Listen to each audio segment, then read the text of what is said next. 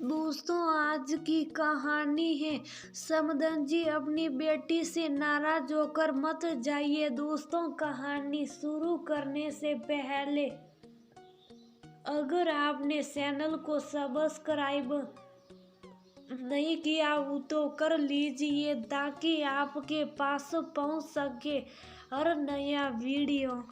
सुनो मम्मी जी, क्या इस बार गर्मियों में गाँव जाएगी? स्कूल में छुट्टियां पड़ रही हैं तो भाभी जेठानी भी अपने मायके जा रही हैं और मेरी माँ यहाँ आ रही। पूरे घर का काम मुझे खुद करना पड़ेगा, फिर माँ को अकेले मन कैसे लगेगा? भाभी तो रुकेगी नहीं। तुम कुछ ऐसा करो कि मम्मी जी यहीं रुक जाए। परिया अपने पति रौनक से कहती हैं। रौनक बोला, माँ मैं माँ से क्या कहूँ कि आप गाँव मत जाओ, फिर भी तुम कह रही हो तो मैं एक बार माँ से कह कर देखूंगा। और भाभी अपने मायके जा रही हैं तो इसमें मैं क्या कर सकता हूँ? तुम्हारी माँ आ रही है, तुम्हें खुश होना चाहिए। कौन से हमारे घर में कमरों की कमी है? आने दो, मिलजुल कर रहेगी। और रौनक वहाँ से चला गया।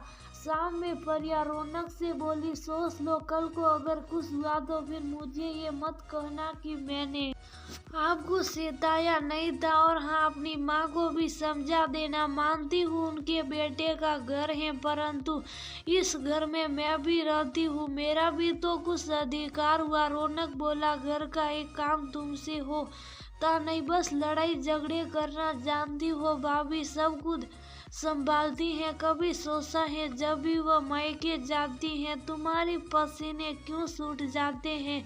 शादी को कितने साल हो गए, घर संभालना कब सीखोगी? इतना कहकर रौनक चला गया।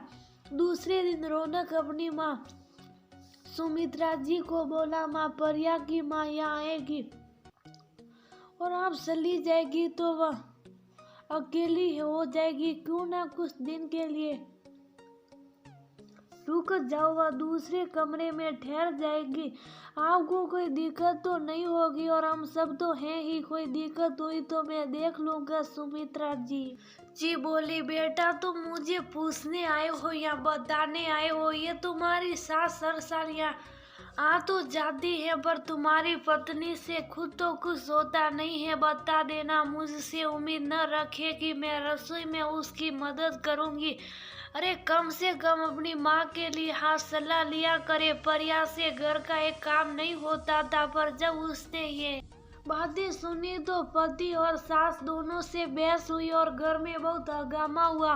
सुमित्रा जी ने उस दिन ठान लिया कि अब बहू को सही रास्ते पर लाना ही होगा। इसके लिए उन्होंने सबसे पहले अपने बेटे से बात और उसे समझाया। बेटा बोला, आप तो सब कुछ जानती है फिर भी ऐसा कर रही है, आखिर मैं करूं तो क्या करूं? मैं कोई जोरू का गुलाम नहीं हूँ। वो तो परिया की भाभी अपने मायके जाती है, सासू माँ वहाँ अकेली हो जाती है तो परिया उन्हें यहाँ बुला लेती है। और माँ आप अकेली कहाँ हो? मैं भी तो हूँ। कितनी बार आपसे कहा कि परिया को घर और रसोई के काम सिखाया करो, पर देखो कितने साल हो गए। आप सास तो बन गई पर बहू को गृहिणी नहीं बना पाई। सुमित्रा जी बोली, हाँ बेटा बोलो कि जब खुद की पत्नी शादी देती है तो उसके लिए खड़े हो जाते हैं। खुद की पत्नी एक काम नहीं करती तो उसका जिम्मेदार भी अपनी माँ को ठहराते हो। मैं कह रही हूँ तुम खुद भी कड़क बनो, वरना बाद में तुम्हें भी पछताना होगा। रौनक बोला, माँ आप कह तो सही रही हैं, परंतु अब परिया को रास्ते पर कैसे लाया जाए? मैं भी थक गया हूँ उसकी आलसी आदत से। रोज किसी न किसी बात पर लड़की है, इसका कोई तो उपाय होगा। सुमित्रा जी बोली, बेटा खुद की बहू को रास्ते पर लाने के लिए ये सब करना होगा। मैंने सोचा नहीं था, उसकी माँ ने तो उसे सिखाया नहीं, अब ये सास सिखाएगी। तुम चिंता मत करो, आने दो उसकी माँ को, देखना वह कैसे रास्ते पर आएगी। फिर सुमित्रा जी अपने कमरे में चली गई। एक हफ्ते बाद परिया रौनक से बोली, माँ को लेने आप चले जाना। वह बोला, मुझे आज ऑफिस जाना है, तुम चली जाओ। परिया बोली, आप इतना भी मेरे लिए नहीं कर सकते। रौनक बोला, तुमसे घर के काम नहीं होते, तुम अपनी माँ को भी नहीं ला सकती, आखिर तुमसे होगा क्या। अच्छा ठीक है, समय निकाल कर चला जाऊंगा, अब मैं दफ्तर जाऊं। और रौनक फटाफट चला गया। रास्ते भर यही सोचता रहा कि बीवी और माँ के बीच में क्या कम पीसता था कि अब 3 औरतों के बीच में लड्डू की तरह नाचता रहूंगा। शाम में रौनक अपनी सास विमला जी के साथ घर में प्रवेश किया तो पत्नी तो बहुत खुश हुई। रौनक की माँ बोली, बेटा तुम थक गए होंगे, दफ्तर से स्टेशन चले गए, थोड़ा आराम कर लो, दूसरे के भले न हो पर मुझे तुम्हारी चिंता है। विमला जी समधन की भूमिका कैसे भूल सकती थी, तो वो ने कहा, अरे समधन जी, आपका बेटा इतना भी नाजुक नहीं कि दफ्तर से रेलवे स्टेशन चला गया, थक जाएगा। तब तो आप मेरी बेटी को शाबाशी दीजिए कि वो पूरा घर संभालती हैं। सुमित्रा जी अपने चेहरे पर झूठी हंसी दिखाते हुए बोली, सही का समधन जी, अब आप आ गई हैं, रोज बहू के हाथ से गर्मा गर्म पराठे मिलेंगे खाने को। अब तो मैं आपके साथ आराम से बैठूंगी और मजे से हम दोनों सास बहू की सीरियल देखेंगे। परिया हैरानी से सास को देखने लगी। रौनक समझ गया, अब तो रोज घर में ऐसी घटनाएं होती रहती थी। सुमित्रा जी धीरे से रौनक से बोली, बेटा यही मौका है परिया को अपनी माँ से रसोई के गुण सीखने दो। सही वक्त पर बहू का आलस नहीं हटाया गया तो कल को बच्चे भी ऐसे ही हरकत करेंगे। मैं ये नहीं कहती कि बहू को आराम नहीं करना चाहिए, परंतु इतना आलस शरीर के लिए अच्छा नहीं है।